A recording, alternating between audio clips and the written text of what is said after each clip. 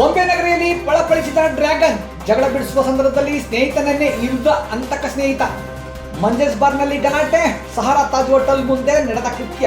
ಸರಿ ರಾತ್ರಿ 12 ಗಂಟೆಯಲ್ಲಿ ಟೀ ಅಂಗಡಿ ಮುಂದೆ ಬಡಿದಾಟ. ಜಗಳ ಬಿಡಿಸುವಾಗ ಬೀಳಿಸಿದ ಎಂಬ ಕೋಪಕ್ಕೆ ಡ್ರ್ಯಾಗನ್ನಿಂದ ಇಷ್ಟ ಬಂದ ರೀತಿಯಲ್ಲಿ ಇರಿದು ಘೋರ ಕೃತ್ಯ. ಸರಿ ರಾತ್ರಿಯ ಹೋಟೆಲ್ಗಳೇ ಇಂತಹ ಕೃತ್ಯಗಳಿಗೆ ಕಾರಣ. ಸಾರ್ವಜನಿಕರ ತೀವ್ರ ಆಕ್ರೋಶ. ಘಟನೆ ನಡೆದ 6 ತಾಸುಗಳಲ್ಲಿ ಆರೋಪಿಗಳನ್ನು ಬಂಧಿಸುವಲ್ಲಿ ಯಶಸ್ವಿಯಾದ ಡಿವೈಎಸ್ಪಿ ಗಿರಿ ಹಾಗೂ ತಂಡ. ನಮಸ್ಕಾರ ಪ್ರಿಯ ವೀಕ್ಷಕರೇ, ಸಂಗ್ರಾಮ ಟಿವಿಗೆ ಸ್ವಾಗತ. ನಾನು ನಿಮ್ಮ ರಮೇಶ್ ಅಕ್ಕೂರ್.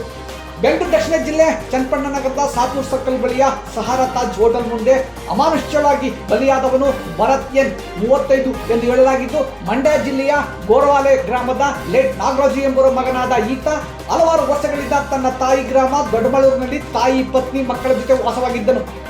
ಆಪೆ ಆಟ ಇಟ್ಟುಕೊಂಡಿದ್ದ ಇವನು ಶುಕ್ರವಾರ ರಾತ್ರಿ 12ರಲ್ಲಿ ಮಂಜೇಸ್ ಬಾರ್ನಲ್ಲಿ ಸ್ನೇಹಿತರುಗಳಾದ ಸಂಜಯ್, ಮಧು ಆಲಿಯಾಸ್ ಕೋಟೆ ಮಧು ಹಾಗೂ ಅಭಿಷೇಕ್ ಮದ್ಯಪಾನ ಮಾಡುವಾಗ ಮಧು ಸಂಜಯ್ಗೆ ಗಲಾಟೆ ನಡೆದಿತ್ತು ಎಂದು ಹೇಳಲಾಗಿದೆ.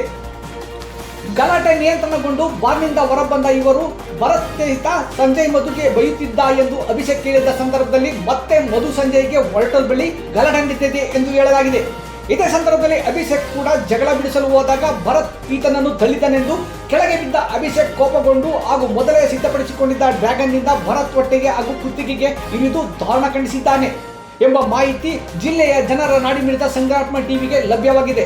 ಘಟನೆ ಬಗ್ಗೆ ಮಾಹಿತಿ ಪಡೆದಿದ್ದಂತೆ ಅಲರ್ಟ್ ಆದ ಡಿವೈಎಸ್ಪಿ ಗಿರಿ, ಸಿಪಿಐ ಶಿವಕುಮಾರ್, ಪೂರ್ವ ಪೊಲೀಸ್ ಠಾಣೆಯ ಪಿಎಸ್ಐ ದುರ್ಗಪ್ಪ, ಸಿಬ್ಬಂದಿಗಳಾದ ರವಿ, ಕಾಂತ, ಶಿವರಾಜು, ತವನಪ್ಪ, ಭೀಮೇಶ್, ಕಾಂತರಾಜು. ಘಟನೆ ನಡೆದ 6 ತಾಸುಗಳಲ್ಲಿ ಆರೋಪಿಗಳಾದ ಅಭಿಷೇಕ್ ಹಾಗೂ ಮಧು ಆಲಿಯಾಸ್ ಕೋಟೆ ಮಧುವನ್ನು ಬಂಧಿಸುವಲ್ಲಿ ಯಶಸ್ವಿಯಾಗಿದ್ದಾರೆ. ಮೃತ ಭರತ್ಗೆ ಮದುವೆಯಾಗಿದ್ದು 6 ತಿಂಗಳ ಗಂಡು ಮಗು, 3 ವರ್ಷದ ಹೆಣ್ಣು ಮಗಳಿದ್ದಾಳೆ. ಶವಗಾರದ ಬಳಿ ಮೃತ ಭರತ್ನ ಪತ್ನಿಯ ಗೋಳು ಹೇಳುತ್ತಿರುವುದಾಗಿದ್ದು, ಮೃತ ತಾಯಿ ನೆಲದ ಮೇಲೆ ಬಿದ್ದು ಒದ್ದಾಡುತ್ತಿದ್ದರು. ಸ್ಥಳೀಯರೊಬ್ಬರು ಭರತ್ ಮಗಳನ್ನು ನಿಮ್ಮ ತಂದೆ ಎಲ್ಲಿ ಎಂದರೆ ಅಲ್ಲಿ ಮಲಗಿದ್ದಾರೆ ಎಂದು ಹೇಳುತ್ತಿದ್ದ ದೃಶ್ಯ ಎಂತಹ ಕಲ್ಲಿನ ಹೃದಯವರನ್ನು ಕರಗಿಸುವಂತಿತ್ತು. ಏನೇ ಆದರೂ ಬೊಂಬೆ ನಗರಿಯಲ್ಲಿ ಹೊಸ ರೌಡಿಗಳು ಮೊಳಕೆ ಹೊಡೆಯುತ್ತಿದ್ದಾರೆ. ಮೊಳಕೆಯಲ್ಲೇ ಪೊಲೀಸರು ಚುಟ್ಟದಿದ್ದರೆ ಚನ್ನಪಟ್ಟಣ ರೌಡಿಗಳ ಪಟ್ಟಣ ಆಗುವುದರಲ್ಲಿ ಸಂಶಯವೇ ಇಲ್ಲ.